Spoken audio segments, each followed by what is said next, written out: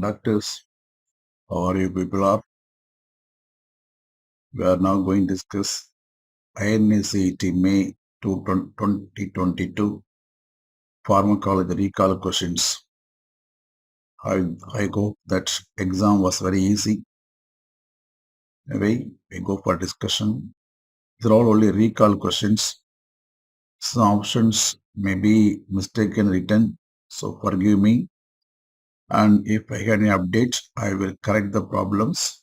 So whatever I corrected, in that I'm going to discuss the question. Let's go for discussion. Find out the right match regarding drug and its adverse effects. I think this question was came. The given drug and adverse effects, and I'm asking you to choose find out the right match regarding drug and its adverse effect. Hydrolysin causing adverse effect heart failure, atenolol causing adverse effect of hemolytic anemia, aldosterone causing adverse effect of hypokalemia, and verapamil causing adverse effect of constipation. What is the right match? The right answer for this question is option number D, verapamil. Verapamil causes constipation.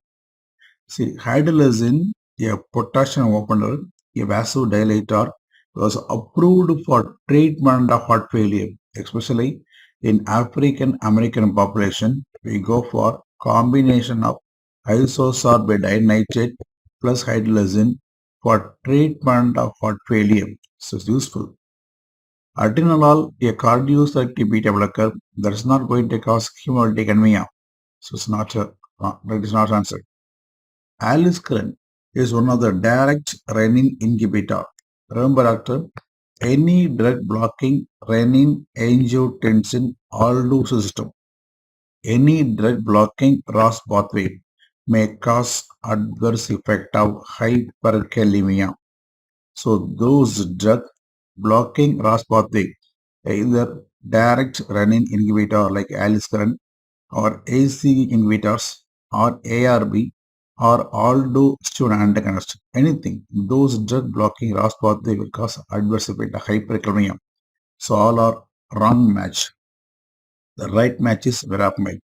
Verapamil, one of the non-dihydropyridine group of calcium channel blocker, causing adverse effect of bradycardia and also causing heart block. And the two common side effect of all CC will be constipation, one more thing called ankle edema. These are common adverse effect of all CCB. Among this CCB, constipation maximally reported with verapamil. So verapamil definitely having high risk of causing constipation. So right answer for the question is option D, verapamil causes constipation. Coming next question.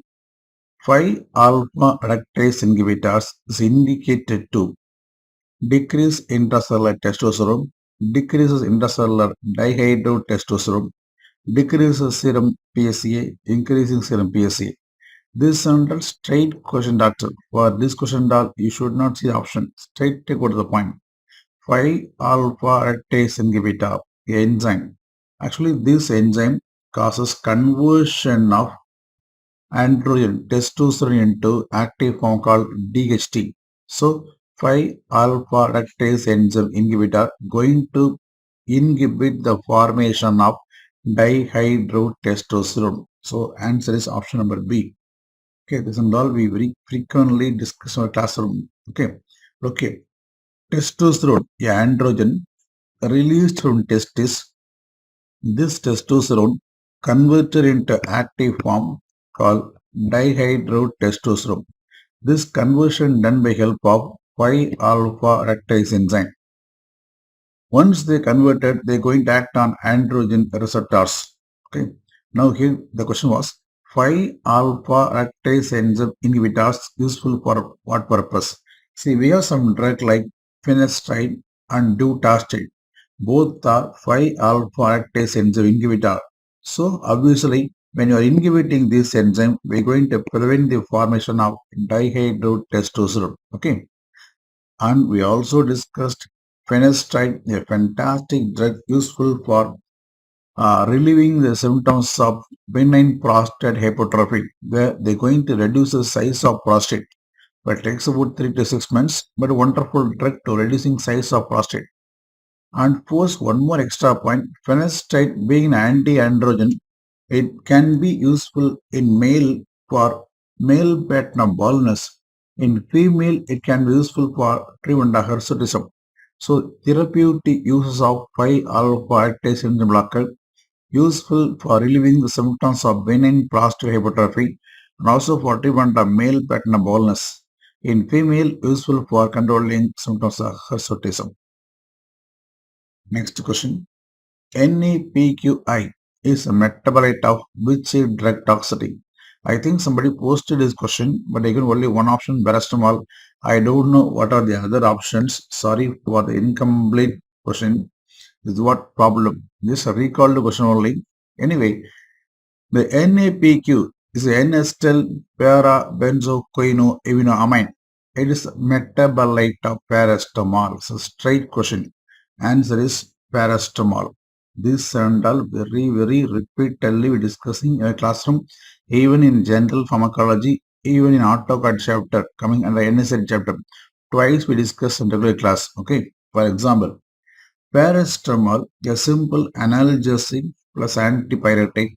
This drug initially undergo phase 1 reaction by the help of CYP2E1.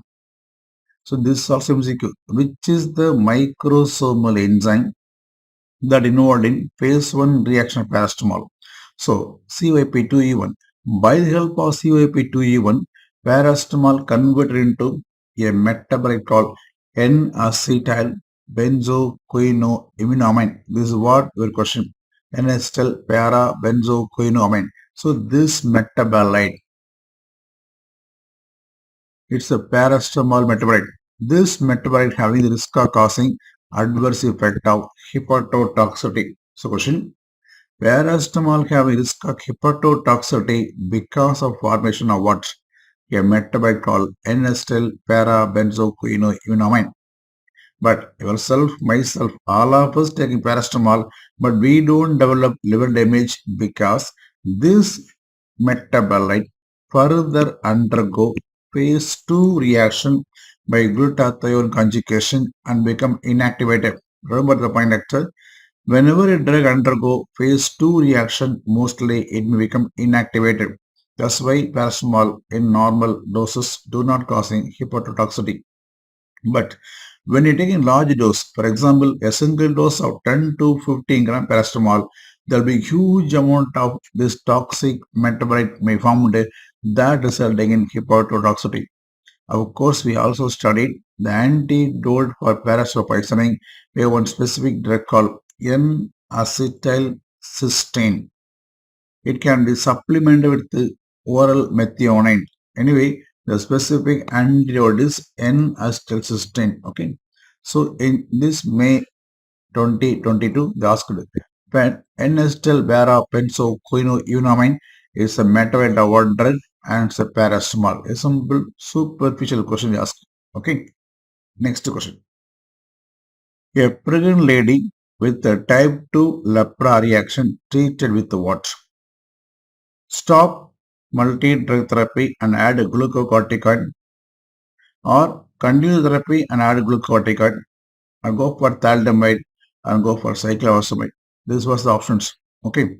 Now look at type 2 lepra reaction. In this case, how to proceed? That to pregnant lady.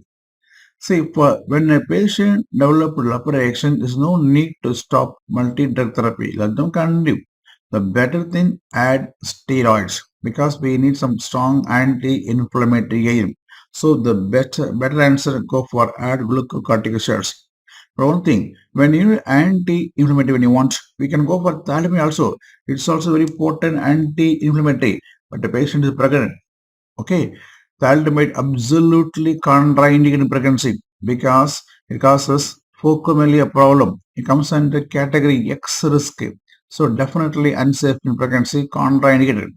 Of course, cyclophosphamide not useful for lepra reaction. See, the most important drug useful for type 2 lepra reaction.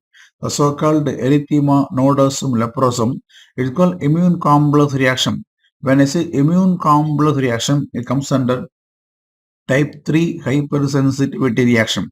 For type 2 LEP reaction, the approved drugs are glucosteroid, thalidomide, clofazimine, and chloroquine. But here they mention only this option, thalidomide. They are not mention about this. So don't go for cyclophosphamide. Better go add glucocorticosteroid. That's the best answer. Okay. Next. Which is the best measure of extent of drug absorption? This under straight question. That's a straight question from our notes. Extent of drug absorption. It's called area under curve. They indicate bioavailability of the drug. So without seeing the option, you can say from the question itself, okay, which is the best measure of extent of drug absorption? It indicate area under a curve, also called extent of bioavailability. What is Tmax? What is Cmax? What is half-life? For example, look at if we give, actually in bioavailability chapter, we discuss the same graph. Okay, if we give one drug, note down in x-axis time, in y-axis concentration of drug in the body. If I administer some drug, please note down the time of given the drug. Once I give the drug slowly start getting absorption. So once start absorption, the drug level goes high and one point at time reaching the maximum level. After that, the drug undergo metabolism, thereby drug level falls, and then undergo excretion, then still more fall, and like this comes. Okay, in this, what you should know, look at me. What do you mean by Cmax? Cmax means maximum concentration of drug in the body. Maximum concentration. One more thing, Tmax. What Tmax? Tmax means maximum time needed for the drug to reach the maximum concentration. And the Tmax indicate rate of absorption. Rate of absorption. Suppose even with less time, if the drug go for a very quick level, mean it is faster the rate of absorption. That means lower the Tmax, rapid the rate of absorption. So remember, Tmax indicate rate of absorption. And finally, look at this. It is the curve. Under the curve, you just put shading. It's called shade area. That's called area under curve. The area under curve. This indicate extent of absorption, or we can say bioavailability. So in your May 2022, you straight away like a spoon feeding ask question. Extent of drug absorption indicate what? AUC. Area under curve, also called bioavailability. Okay. Next. Which of the following not useful in sickle cell anemia? Here also I collected some option, but I have not collected one extra option. I don't know. I'm not able to recollect. But look at the question. Which of the following not useful in sickle cell anemia? Definitely you should know there are some drugs useful for sickle cell anemia like hydroxyurea, voxelotor, L-glutamate, and latest drug cresanlizumab. All these are approved drug for treatment of sickle cell anemia.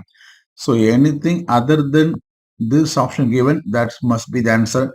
I don't know what was the option given. So anyway, please note all these drug hydroxyurea, voxelotor, all are useful for preventing sickling of hemoglobin.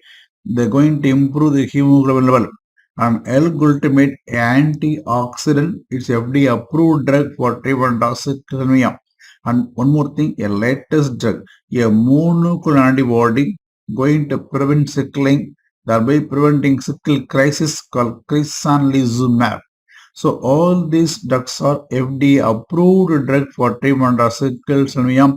Any other option given other than this list of drug mean that must be the answer for this question. Next, a brand makes paracetamol 400 milligram, but it has only 200 mg of paracetamol. What is it called as? This is another simple question from general pharmacology. A brand makes paracetamol 400 mg, 200 mg. But in the label, they mention paracetamol 400 mg. But when you see the drug containing only 200 mg. This is called misbrand. Misbrand. Misbrand. In the label, they may mention something, but actual drug content level may be low. It's called misbranding. Next. Which of the following drug safe in chronic alcoholic with liver enzyme level elevated? This is another interesting question for CNS is discussed many times. Look here. They're asking which of following drug safe in chronic liver disease patient who having liver enzyme level elevation. Almost liver disease. In liver disease, which of following, which one is safe? Option given are diazepam, lorazepam, alprazolam, clonazepam. Look here. Here, first question you should know. Most of the benzodiazepine undergo metabolism in the liver. So, benzodiazepines are in general relatively contraindicated in liver disease. But they are asking which may be safe in liver disease. The answer for the question option number B, lorazepam. Because you should know this point. Which are all the benzodiazepine undergo non-hepatic route of elimination? For example, temazepam, oxazepam, lorazepam. These are the benzodiazepine do not undergo hepatic metabolism. So they will be safe in liver disease. So among this drug, they give an option lorazepam. So that must be the answer for the question. Again, one extra point you should know. What is oxazepam? Oxazepam is an active metabolite of diazepam. Look here. Diazepam may not be good in liver disease, but oxazepam can be used.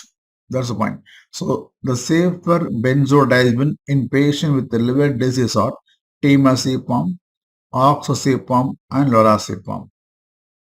So for this question, answer is lorazepam. Find out active metabolite of cyclophosphamide.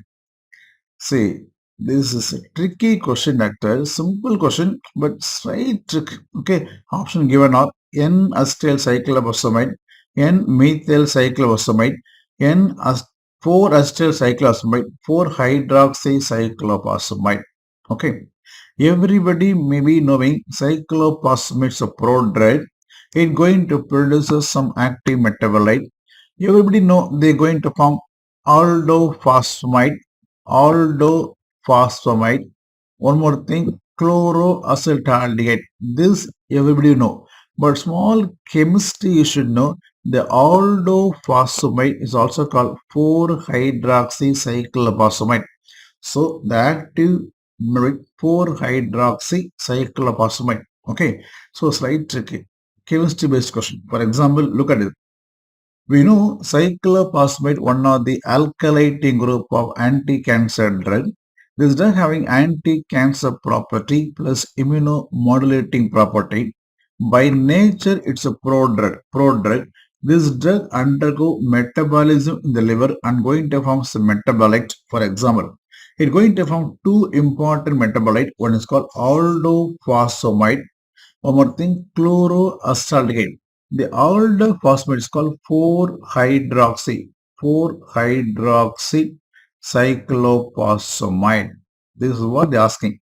So question, the active metabolite of cyclophosphamide, 4-hydroxy cyclophosphamide. One more metabolite, chloroacetaldehyde. Of course, the 4-hydroxy cyclophosphamide further undergo metabolism and going to produce some more metabolite called phosphoramide mustard and acrolein. In general, there will be three important metabolites. One is called phosphoramide mustard, one more thing acrolein, one more thing chloroacetaldehyde. Okay, like that three things. But they ask about which is the active metabolite. 4-hydroxy cyclophosphamide is the right answer. Next. OHA, oral hypoglycemic agent causing bone fracture in female. A good question. This also we discussed several times. Option A, canagliflozin. Option B, rosiglitazone. Option C, liraglutide. Option D, voglibose. OHA causing bone fracture in female. Okay. Now, Voglibose alpha glucosidase enzyme inhibitor. This is going to cause adverse effect only GI toxicity like abdominal distension and flatulence, rarely diarrhea. That's about adverse effect of Voglibose.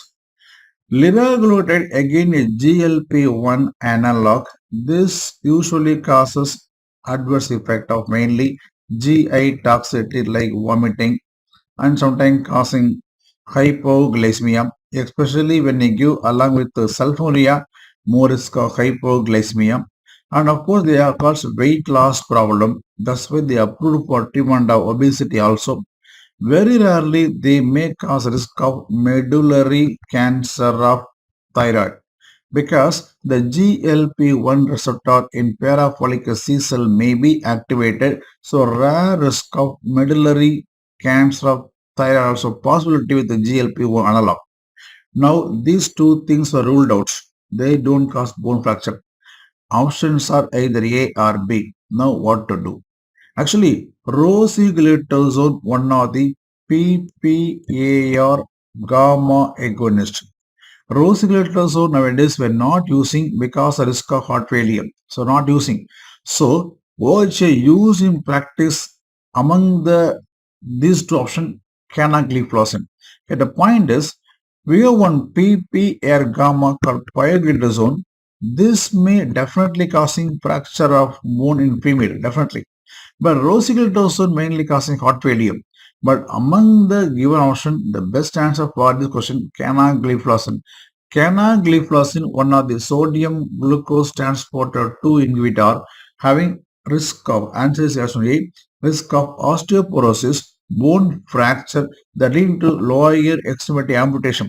The same line given in Goodman-Gilman. So you can say canagliflozin has risk of osteoporosis, bone fracture and also lead to lower extremity amputation. So we can go for canagliflozin. But only one controversy, pioglitazone. The same line also given Goodman-Gilman. Pioglitazone increasing risk of bone fracture in women. The same line given in Goodman-Gilman. So if the option given pioglitazone, then you have to think of pioglitazone. In the question, if they given rosiglitazone, you can definitely confidently put the answer canagliflozin. But I don't know what was the option given. This was posted by the people of DAMS exclusive people. Anyway, the rosiglitazone causing heart failure is not in use, so better chance we go for canagliflozin. If they given pioglitazone, that's a confusion. Because pioglitazone, the same question, which drug causing increasing risk of bone fracture in women? Let's women, the same line given in Goodman-Gilman. So if pioglitazone, that may be the answer. If rosiglitazone, for the question, canagliflozin, definitely the answer. Okay, this is also line given Goodman-Gilman. So doctor, next.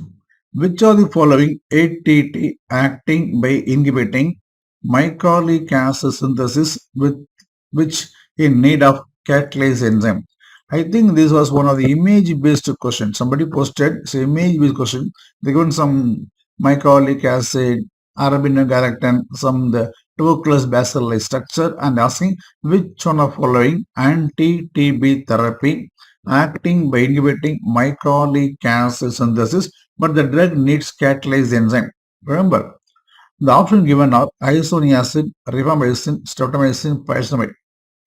Look, among the first line drug, one drug isoniazid, one more drug pyrazinamide. Only these two drugs are inhibiting mycolic acid synthesis. But the question, which drug need of catalase enzyme? Remember, isoniazid for its anti-TB activity needs activation.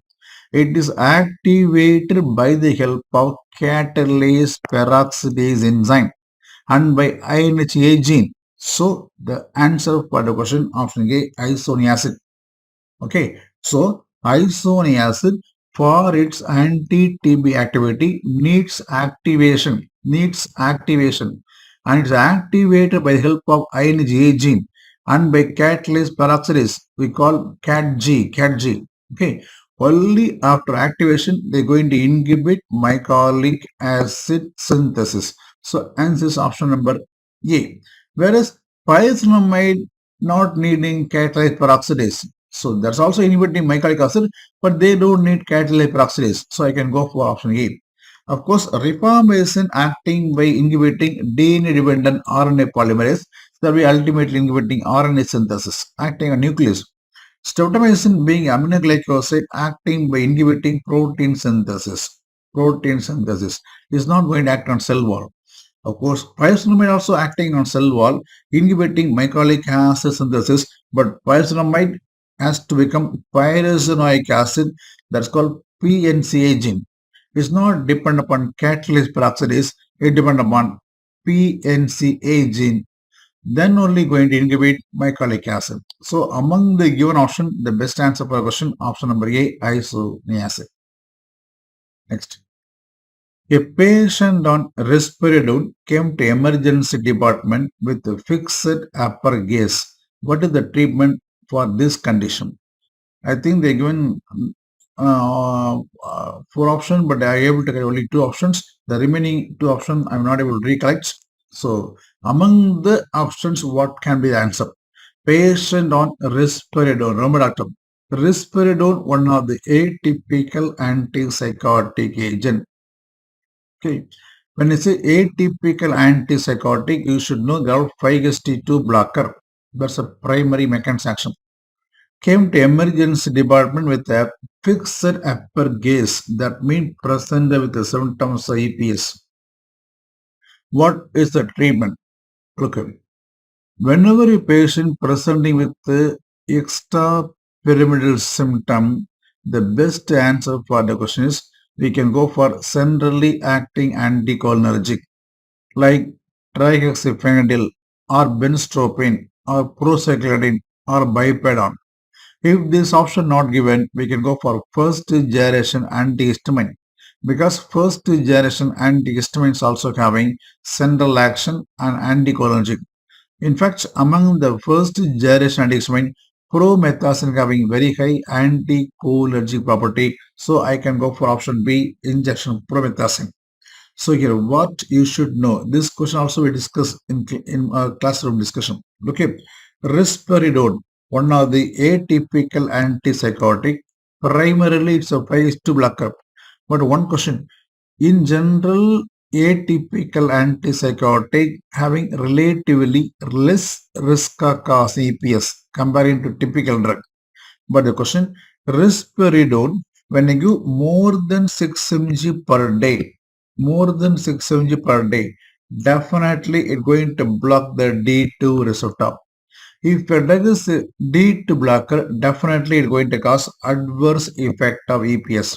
Okay, so a atypical antipsychotic drug definitely having the risk of cause EPS is risperidone. If at all a drug cause EPS mean, for treatment of EPS, best to go for centrally acting anticholinergic. Most commonly we go for either promethazine or we go for benzhexol.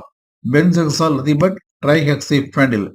Trihexyphenidyl. Like that we go for this. So for this question, injection promethazine may be the good answer. Next. Which of the following is not the immune checkpoint inhibitor? Which is not the immune checkpoint inhibitor? Option given are ipilimumab, pembrolizumab, nivolumab, atezolizumab. See, in INICET, definitely one question from monoclonal antibody or from tyrosine kinase enzyme blocker. Nowadays, they ask a simple question asking which is not the immune checkpoint inhibitor. Option ipilimumab, pembrolizumab, nivolumab, atezolizumab. I think these are the options. I don't know whether this and this given or not. Anyway, the question right and right question is right, but option I'm not sure. If these are the option, the right answer for question ipilimumab. Why I'm telling the answer? You should know what are the immune checkpoint inhibitor. I'm going to show my important drugs. Please look at me. That is in your question, the first option ipilimumab. Ipilimumab, it's a cytotoxic T lymphocyte associated protein 4 blocker, CTLA4 blocker. It is not the immune checkpoint inhibitor. That's why I made answer ipilimumab. Whereas nivolumab, pembrolizumab are immune checkpoint inhibitors. When I say immune checkpoint blocker, they are targeting against programmed death ligand. So programmed death ligand inhibitors, PD1 inhibitors, nivolumab, pembrolizumab, they call immune checkpoint inhibitor. And all the three drugs are useful for treatment of malignant melanoma. I am going to show some more example for immune checkpoint inhibitors. For example, atezolizumab, durvalumab. All these are immune checkpoint blocker acting against programmed death ligand PDL1 blocker, useful for urothelial cancer. Then atezolizumab also a very good drug for treatment of non-small cell lung cancer. Then we have Cemiplimab. It is also immune checkpoint inhibitor useful for squamous cell carcinoma skin. Like that, those drugs blocking the programmed death one factor, they call immune checkpoint inhibitor. That's why I made the answer. Okay. And avelumab, it's also immune checkpoint blocker useful for Merkel cell carcinoma. Next, a female hypomanic patient having past history of manic episodes, which drug contraindicated if she want to conceive. See, a known case of bipolar disorder patient now want to conceive. In this, which drug is contraindicated? Option, I don't know what is the fourth option. Anyway, among the given option, what may answer? Options are oxcarbazepine, lithium valproates. Look here. All the given options are useful in bipolar disorder, but the patient want to conceive. If you want to conceive, be careful about teratogenicity. All the given options are teratogen, but which is contraindicated. Among the given options, the most teratogenic drug is valproate. That is definitely contraindicated. So answers of valproate. It causes neural defect, cardiac problem, finger problem, facial problem, meningeal, encephalosis, lot of complication. So most teratogenic, absolutely contraindicated. Whereas lithium, it is also teratogen causing Epstein anomaly. It is also contraindicated. But when you compare lithium with valproate is the most teratogen. Then oxcarbazepine, it's a carbazepine derivative. These also all anti-epileptic teratogen, but it is a relatively less teratogenicity. So the absolute contraindication means among the options we can go for valproate. Even lithium also unsafe doctor, but valproate most teratogenic. Now look at for bipolar patient, usually we go for prophylaxis with the lithium. That's a very good drug having anti-suicidal activity, but lithium causing teratogenicity of Epstein anomaly. For many phases, we go for anti-epileptic like valproate, carbamazepine. Here, valproate is the most teratogenic. That's why I made the answer valproate absolutely unsafe if they want to conceive.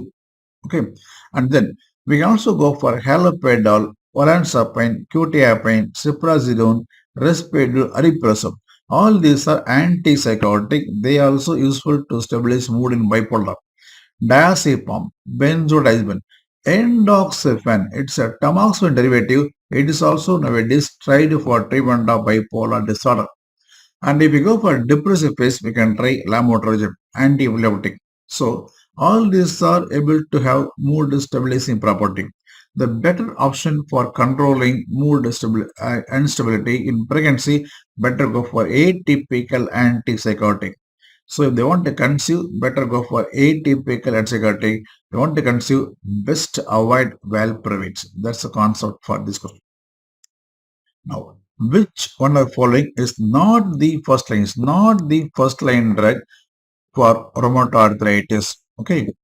Option given are methotrexate, hydroxychloroquine, sulfasalazine, azathioprine. See, they given C. Conventional synthetic DMARD. Conventional synthetic disease modifying drug. They got options methotrexate, hydroxychloroquine, sulfasalazine, azathioprine. In this, which is not the first line drug? See, when you see the criteria or the guidelines for treatment of arthritis, normally we start with NSAIDs and steroids for controlling just pain, swelling, and stiffness. For that, we go for mainly NSAID and steroids. They are the first line. And regarding disease modifying drug, we go for conventional synthetic DMARD, and we get one more thing, biological DMARD. But in this case, they ask about only conventional DMARD. Now, the best answer for this question, go for option number D, azathioprine. Azathioprine is one of the immunosuppressant, comes under anti-metabolic category. Immunosuppressants are second line, they are not first line drug. Okay, so in general, the first line drug, that too conventional synthetic DMARD. In this first line drugs are very important drug, methotrexate. Other drugs are hydroxychloroquine, leflunomide, and sulfasalazine. They are the first line drug. If they are not comfortable, then we can go for immunosuppressants. Immunosuppressant like azathioprine, cyclosporine, mycophenolate, or we can also go for anti-cancer with immunosuppressive action like cyclophosphamide. They also tried. But in general, among the conventional synthetic DMARD, the first line drugs are methotrexate, hydroxychloroquine, leflunomide, and sulfasalazine. So answer, azathioprine is not the first line choice. Next, which antimicrobial agent acting by inhibiting transpeptidase enzyme? Whether this question came in what manner, I don't know. Somebody posted in DAM's exclusive club, mechanism action, antimicrobial mechanism action based question. Transfer is like only one line. Based on that, I just prepared the question. Anyway, for this type of question, what you should know. Look here. Transpeptidase enzyme involved in cross-linking of cell wall, and this is going to cause strengthening of cell wall synthesis.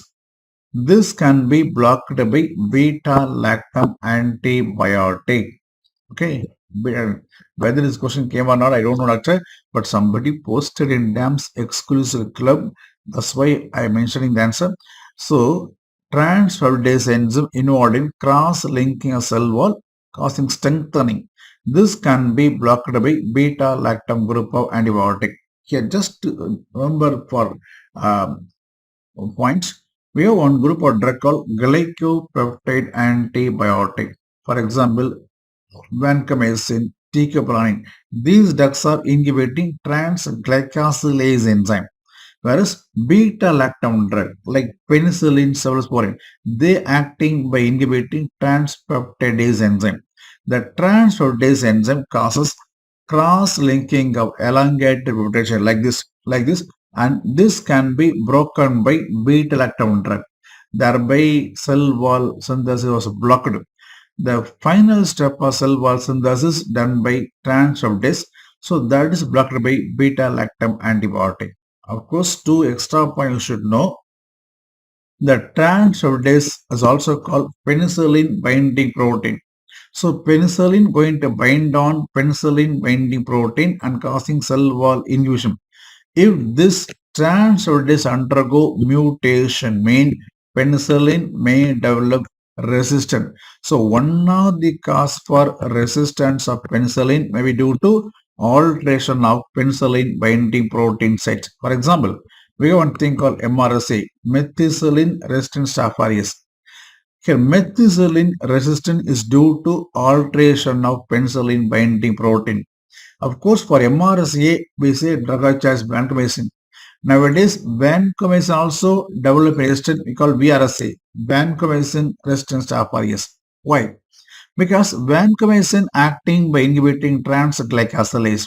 If you look at the structure of this enzyme, this has structure like DALA, DALA. If this structure undergo mutation, mean vancomycin may develop resistance. So VRSA can be due to alteration of DALA and DILA structure. Next, I think they posted one question regarding agonist, antagonist, partial agonist, inverse agonist, graph. Like, I don't know exactly what question, but this question we discussed in classroom discussion. Partial agonist, agonist. For example, which of the following is diagram indicate antagonistic action? Come, we are given receptor inactive form, restrictive form. Option A, option B, option C, option D. In this graph, which indicate antagonistic action? The right answer is option C. That is, you should know what do you mean by agonist. Agonist means a drug having affinity towards a receptor and having a positive intrinsic action. A drug having affinity towards the receptor and having a positive intrinsic action mean it's called agonist. Whereas partial agonist mean a drug having affinity towards a receptor and having a positive intrinsic activity, but the activity less action comparing to full agonist. That's called partial. Whereas antagonist mean a drug having affinity but no intrinsic action. Action zero. That's called action zero. That's called antagonist. Whereas inverse agonist mean a drug having affinity towards a receptor and having opposite intrinsic action. That's called inverse agonist. For example, I say agonist mean +1. Antagonist mean 0.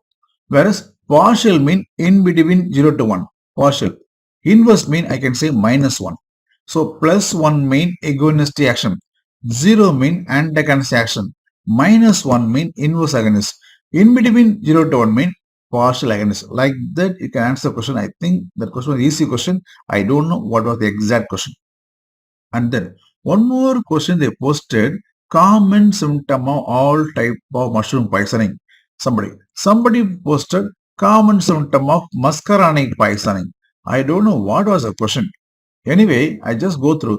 Muscarinic mean they may have bradycardia, meiosis, increased salivation, lacrimation, sweating, and also they may cause diarrhea, urination. Whereas mushroom poisoning mean, I don't know what exact question. Mushroom poisoning mean, you just keep in mind, there are three different type of mushrooms are there. One type is INICET toxin containing mushroom. This mushroom having muscarinic type.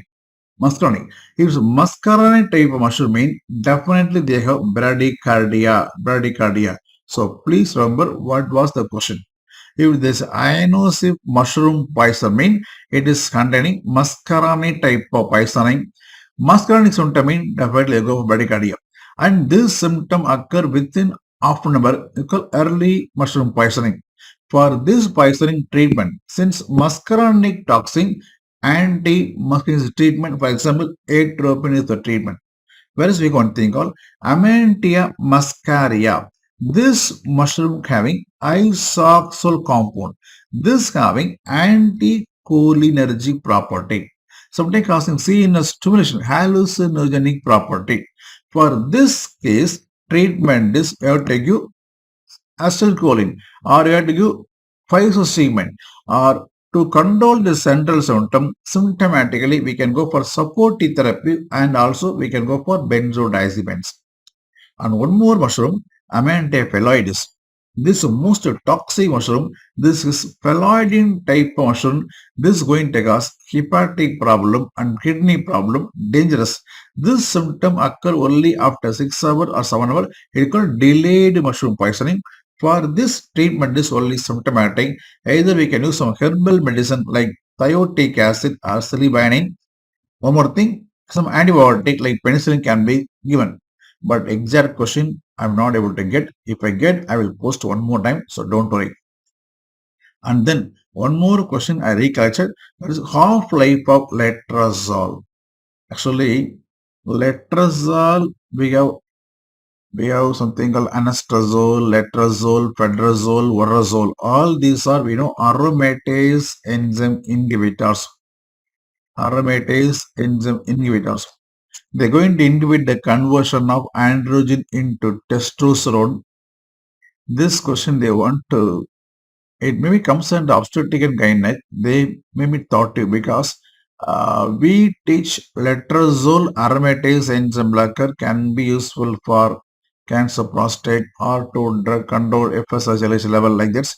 But they gone for half life. Here only they want to torture you. Anyway, it's a question that if a Goodman-Gilman, what Goodman-Gilman says, approximately the half-life is about 41 hour. The same line given in Goodman-Gilman doctor.